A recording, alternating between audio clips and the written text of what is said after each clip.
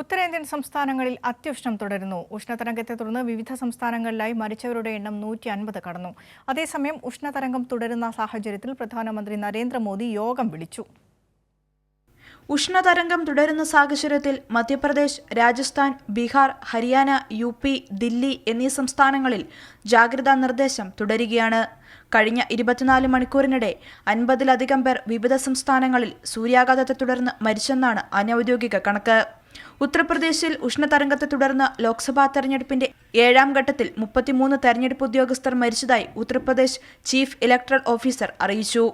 ഒഡീഷയിൽ സൂര്യാഘാതത്തെ തുടർന്നുള്ള മരണം 96 ഉയർന്നു. അതിനിടെ ദില്ലിയിൽ കടുത്ത ചൂടിന് ആശ്വാസമായി ഇടവിട്ട് നേരിയ മഴയ്ക്ക് സാധ്യതയുണ്ടെന്ന് കേന്ദ്ര കാലാവസ്ഥാ നിരീക്ഷണ വകുപ്പ് അറിയിച്ചിട്ടുണ്ട്.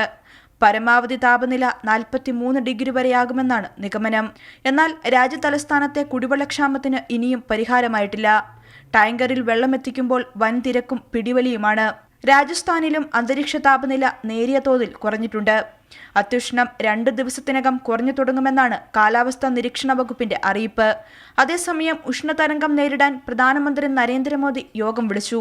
റിമാൽ ചുഴലിക്കാറ്റ് പ്രതിരോധവും നാശനഷ്ടങ്ങളും ഉൾപ്പെടെ പ്രധാനമന്ത്രിയുടെ വസതിയിൽ ചേരുന്ന യോഗത്തിൽ വിലയിരുത്തും. കൈരളി ന്യൂസ്, ദില്ലി.